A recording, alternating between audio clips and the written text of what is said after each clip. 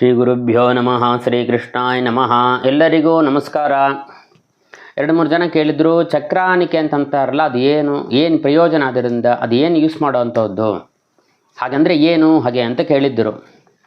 ನಮ್ಮ ಮಧ್ವ ಸಂಪ್ರದಾಯದಲ್ಲಿ ಸಾಲಗ್ರಾಮದ ಕೂಡ ಇಟ್ಟು ಅದನ್ನು ಪೂಜೆ ಮಾಡ್ತಾರೆ. ಅದು ಲಕ್ಷ್ಮೀ ಸನ್ನಿಧಾನ ಇರುತ್ತೆ, ದೇವರ ಸನ್ನಿಧಾನವೂ ಇರುತ್ತೆ ಅದಲ್ಲಿ. ಹಾಗೆ ಅಂತ ಹೇಳಿ ಕೃಷ್ಣದೇವರ ವಿಗ್ರಹ ಮತ್ತು ದೇವರ ವಿಗ್ರಹಗಳು ಯಾವುದೋ ಒಂದು ಸಾಲಗ್ರಾಮ, ಚಕ್ರಾಣಿಕೆ ಮತ್ತು ವಿಷ್ಣುಪಾದ ಇದನ್ನೆಲ್ಲ ಇಟ್ಟು ಸಾಲಗ್ರಾಮ ಪೂಜೆ ಮಾಡ್ತಾರೆ.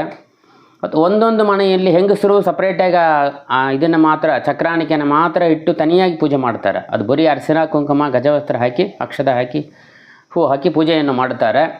ಅದು ಲಕ್ಷ್ಮೀದೇವರು ಮತ್ತು ನಾರಾಯಣ ದೇವರ ಸನ್ನಿಧಾನವೂ ಇರುತ್ತೆ ಅದಿಲ್ಲಿ.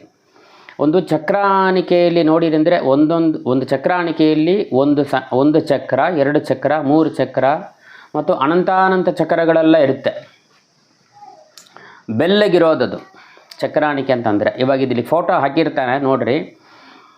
ಮತ್ತು ಅದಲ್ಲಿ ಈ 1-2 ಅಂತ ಚಕ್ರಗಳಿರುತ್ತೆ, ಅನಂತಾನಂತ ಚಕ್ರಗಳು ಇರೋವಂಥದ್ದು ಇದೆ ಅದಲ್ಲಿ. ಅದು ಈ ಸಮುದ್ರ, ರಾಮೇಶ್ವರಂ ಸಮುದ್ರ ತೀರದಲ್ಲಿ ಎಲ್ಲ ಸಿಗತ್ತೆ ಅದು.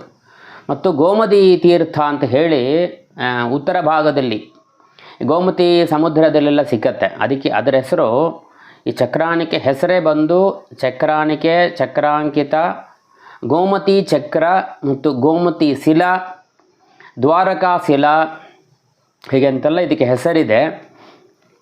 ಮತ್ತು ಇದರ ಏನು ಪ್ರಯೋಜನ ಏನು, ಇದು ಎಷ್ಟು ಚಕ್ರ, ಏನೇನು ಪ್ರಯೋಜನ, ಯಾವ ದೇವರ ಸನ್ನಿಧಾನ ಇರುತ್ತೆ ಅಂತ ಕೇಳಿದಾಗ, ಇದಿಲ್ಲಿ ಏಕಸುದರ್ಶನೋ ದ್ವಾಭ್ಯಾಂ ಲಕ್ಷ್ಮೀನಾರಾಯಣಃ ಪರಃ ತ್ರಿವಿಕ್ರಮೋ ನಾಮ ಚತುರ್ಭಿಸ್ತು ಜನಾರ್ದನಃ ಪಂಚಭಿರ್ವಾಸುದೇವಶ್ಚ ಷಡ್ಭಿಃ ಪ್ರದ್ಯುಮ್ನ ಉಚ್ಯತೆ ಸಪ್ತಾಹಿ ಬಲದೇವಶ್ಚ ಅಷ್ಟಾಭಿಃ ಪುರುಷೋತ್ತಮಃ ನವಮಿಶ್ಚ ನವವ್ಯೂಃ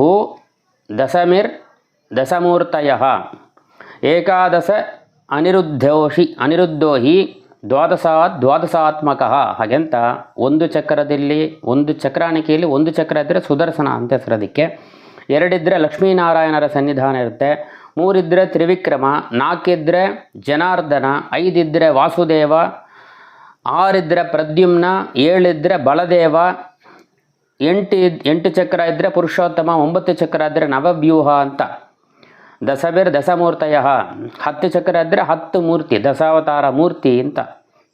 11 ಇದ್ದರೆ ಅನಿರುದ್ಧ, 12 ಇದ್ದರೆ ದ್ವಾದಶಾತ್ಮಕ ಅಂತ. ಇಷ್ಟು ರೂಪದಲ್ಲಿ ಆ ದೇವರ ಇರ್ತಾರೆ ಹಾಗೆ ಅಂತ, ದೇವರ ಸನ್ನಿಧಾನ ಇರುತ್ತೆ ಹಾಗೆ ಅಂತ ಇದ್ರ ಹೇಳ್ತಾರೆ.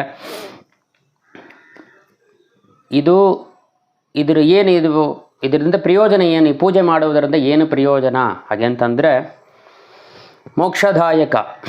ಈ ಪೂಜೆ ಮಾಡುವುದರ, ಈ ಚಕ್ರಾಣಿಕೆಯನ್ನು ಪೂಜೆ ಮಾಡುವುದರಿಂದ, ಇದು ಸಾಲಿಗ್ರಾಮದಲ್ಲಿಟ್ಟು ಪೂಜೆ ಮಾಡ್ತಾರೆ ಹೆಂಗಸರು ಇದನ್ನು ತನಿ ತಟ್ಟೆಯಲ್ಲಿಟ್ಟು ಇದನ್ನು ತನಿ ಸಪರೇಟಾಗಿ ಅವರು ಪೂಜೆಯನ್ನು ಮಾಡ್ತಾರೆ. ತಿರುಗಿ ಮತ್ತೆ ಅದು ಹೆಂಗಸರು ಪೂಜೆ ಮಾಡೋ ಚಕ್ರಾಣಿಕೆ ಸಾಲಿಗ್ರಾಮದ ಕೂಡ ಇಡೋದಿಲ್ಲ.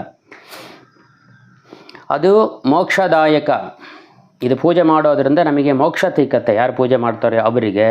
ಮತ್ತು ದೇವತೆಗೆಲ್ಲ ವಿಶೇಷ ಅನುಗ್ರಹವಾಗುತ್ತೆ, ಧನ ಧಾನ್ಯಾದಿ ಐಶ್ವರ್ಯಗಳು ಉಂಟಾಗತ್ತೆ, ಮೃತ್ಯು ಭಯ ನಿವೃತ್ತಿ ಆಗತ್ತೆ, ಧನ ಆಕರ್ಷಣ.